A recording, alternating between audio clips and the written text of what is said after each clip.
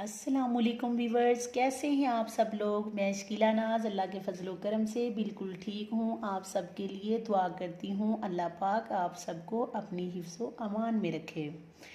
जी, आज की हमारी वीडियो का टॉपिक है verb and kinds of verb. First of all तो हम देखते हैं कि वर्ब होता क्या है।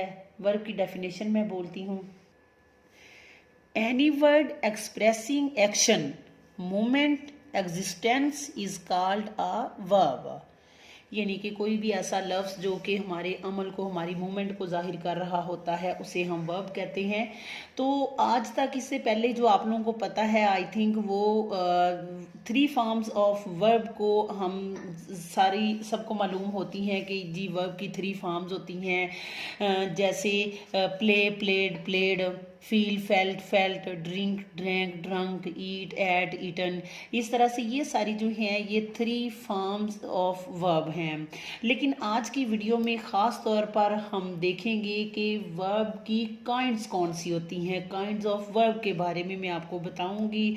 तो ये आपके सामने लिखी हुई हैं। First of all regular verb, irregular verb, transitive verb, intransitive verb and axillary verb. देखिए, इनके बारे में पेपर में जब क्वेश्चन आ जाता है, वर्ब दे दिया जाता है और उसकी ऑप्शन में जो है ये 2-3 वर्ब के नाम लिख दिए जाते हैं, तो स्टूडेंट को कुछ भी पता नहीं होता कि जी ये वर्ब क्या है, किस तरह से क्वेश्चन है कि वर्ब की तो आज तक हमने फॉर्म्स पढ़ी हैं, तो ये काइंड्स कहाँ से आ गई हैं। तो इनका जानना बहुत ज़रूरी है। तो आप लोग इसलिए मैंने कहा कि आज की वीडियो में ख़ास तौर पे जो है वो वर्ब की काइंड्स में बनाती हूँ कि सब लोगों को जो है वो इनके बारे में पता चल जाए कि काइंड्स कौन कौन सी होती हैं वर्ब की। जी, रेगुलर वर्ब वो होते हैं जैसे प्ले। मैं आपको इसकी आसान एग्जांपल बताती हूँ। अगर प्ले है, इसकी सेकंड और थर्ड फॉर्म बनाते हुए जिनके साथ हम ईडी का इजाफा करते हैं, तो ऐसे वर्ब को हम रेगुलर वर्ब कहते हैं। जैसे वाश है, तो इसकी सेकंड और थर्ड फॉर्म बनाते हुए हम वाश्ड, वाश्ड। प्रूव है तो प्रूव्ड, प्रूव्ड। तो इस तरह के जितने भी वर्ब हैं जिनकी सेकंड और थर्ड फॉर्म बनाते हुए हम ईडी का इजाफा करते हैं, तो ऐसे वर्ब को हम रेगुलर वर्ब कहते हैं। एंड इर्रेगुलर वर्ब, ये देखिए रेगुलर है तो इर्रेगुलर उसका जो है मुतजाद लफ्ज़ आ गया है। तो अब इर्रेगुलर वर्ब जो है ऐसे वर्ब जिनकी सेकंड और थर्ड फॉर्म बनाते हुए हम ईडी का इजाफा नहीं करते, बल्कि जैसे ईट, EAT, ईट की जब हम सेकंड फॉर्म बनाते हैं, सेकंड या थर्ड में इसको चेंज करते हैं, तो ईट से एट हो जाता है, सेकंड फॉर्म में एट होता है और थर्ड फॉर्म में ईटन हो जाता है। इसी तरह ड्रिंक है, ड्रिंक से ड्रैंक, ड्रंक। ये सारे के सारे जो इस तरह के वर्ब हैं, जैसे फील, फेल्ट, फेल्ट, कैच, काट, काट, बाय, बाट, बाट। तो इस तरह के जितने भी अल्फाज हैं जिनकी सेकंड और थर्ड फॉर्म बनाते हुए हम ईडी का इजाफा नहीं करते, ऐसे वर्ब को हम इर्रेगुलर वर्ब कहते हैं। जी, आगे चलते हैं। देखिए, ट्रांसिटिव वर्ब कौन से होते हैं। ट्रांसिटिव वर्ब ऐसे वर्ब, यहाँ पे मैं एक सेंटेंस लिखती हूँ, I bought a book. Likewise, I bought a book. जी, ये सेंटेंस मैंने लिखा है, तो आई बाट के बाद मैंने इसके साथ ये देखिए यहाँ पे ये सब्जेक्ट है, ये वर्ब है, तो यहाँ पे ये ऑब्जेक्ट है। ट्रांसिटिव वर्ब ऐसे वर्ब को कहते हैं जिनके साथ हमें ऑब्जेक्ट लगाना पड़ता है। यानी कि जिन वर्ब के साथ, ऐसे सेंटेंसेस जिनमें वर्ब के बाद ऑब्जेक्ट का इस्तेमाल होता है, ऐसे वर्ब को हम ट्रांसिटिव वर्ब कहते हैं। इसी तरह इन ट्रांसिटिव वर्ब में क्या होता है कि जिनके साथ हमें ऑब्जेक्ट का इस्तेमाल नहीं करना पड़ता। जैसे ही वेप्ट, मैं कहती हूँ कि ही वेप्ट। जी, he wept, he laughed, they jump, इस तरह के जो वर्ब हैं जिनके साथ हमें ऑब्जेक्ट का सहारा नहीं ढूंढना पड़ता बल्कि डायरेक्ट हम अपना मफहूम बयान कर जाते हैं, तो ऐसे वर्ब को जो है हम इंट्रांजिटिव वर्ब कहते हैं। दोबारा से इनको देख लेते हैं हम। रेगुलर जिनके साथ हम ईडी का इजाफा करते हैं, और इर्रेगुलर वर्ब जिनके साथ हम ईडी का इजाफा नहीं करते, और ट्रांजिटिव वर्ब जिनके साथ हम ऑब्जेक्ट लगाते हैं, एंड इंट्रांजिटिव वर्ब ऐसे वर्ब जिनके साथ हम ऑब्जेक्ट का इजाफा नहीं करते, ऑब्जेक्ट का इस्तेमाल नहीं करते। अब रह गई बात एक्सिलरी वर्ब की। एक्सिलरी वर्ब क्या होते हैं?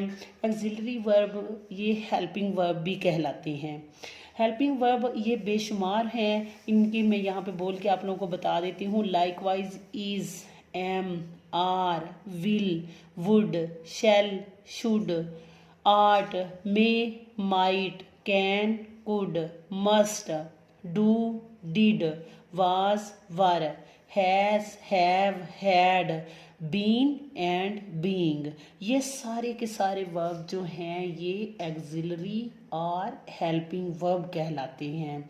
अब यहाँ तक तो पता चल गया वर्ब की काइंड्स का, कि इसकी काइंड्स कौन कौन सी हैं, मैंने आप लोगों को बता दी हैं। अब इसके साथ ही मैं आप लोगों को बताती चलूँ कि वर्ब को हम सेंटेंस के अंदर इस्तेमाल कैसे करते हैं, वर्ब की जगह कौन सी होती है, इसे कैसे रखा जाता है। क्योंकि इंग्लिश देखें हमारी कोई बाप दादा की ज़ुबान तो है नहीं जो हमें बड़ी आसानी से आ जाती है। हम इसको अगर उर्दू के साथ कंपेयर करके हम याद करते हैं तो हमें आसानी से याद हो जाती है। तो जी मैं आपको बताती हूँ कि वर्ब का इस्तेमाल हम कैसे करते हैं, देखते रहिएगा वीडियो को। जी देखिए, यूज़ ऑफ वर्ब मैंने उर्दू में यहाँ पे सेंटेंस लिखा है कि मैं खाना पकाती हूँ। अब इसमें फ़िक्रे की जो तरतीब है वो क्या है, यहाँ पे जो मैं है वो ग्रामर की रूह से फ़ाइल है। जी सबसे पहले फ़ाइल आ गया, उसके बाद ये जो खाना है ये ग्रामर की रूह से मफ़ूल है जिस पे काम हुआ, यानी कि मैंने काम किया, क्या किया, खाना पकाया, क्या चीज़ पकाई है, खाना पकाया है जी। अब जो खाना है ये मफ़ूल है। अब ये जो पकाती हूँ है ये क्या है, ये फ़ेल है। अब देखा जाए तो उर्दू में जो फ़िक्रे की तरतीब है उसमें पहले फ़ाइल, फिर मफ़ूल और एंड पे फेल आ रहा है।